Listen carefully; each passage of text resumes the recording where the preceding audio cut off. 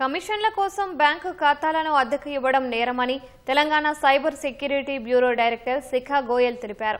Operation crackdown పేరుతో Telangana cyber security bureau భారీ drive నిర్వహించినట్లు చెప్పారు.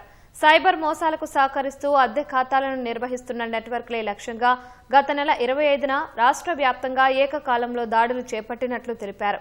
National cyber crime reporting portal ద్వారా సేకరించిన డేటా ద్వారా తెలంగాణలో అనుమానాస్పద బ్యాంకు ఖాతాలను గుర్తించినట్లు శిఖా గోయల్ తెలిపారు.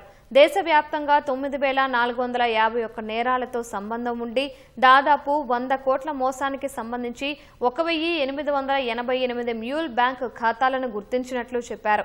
549 ఎఫ్ఐఆర్లు నమోదు చేసి 208 మందిని అరెస్టు చేసినట్లు శిఖా గోయల్ చెప్పారు. అరెస్టైన వారిలో మహిళలు, విద్యార్థులు, లెక్చరర్లు, విద్యుత్ ఉద్యోగులు, సాఫ్ట్వేర్ ఇంజనీర్లు ఉన్నట్లు తెలిపారు. బ్యాంకు ఖాతాలను సైబర్ మోసగాళ్లకు అద్దెకిచ్చి ప్రతి లావాదేవీపై 5% వరకు కమిషన్ తీసుకుంటున్నట్లు విచారణలో తేలిందన్నారు.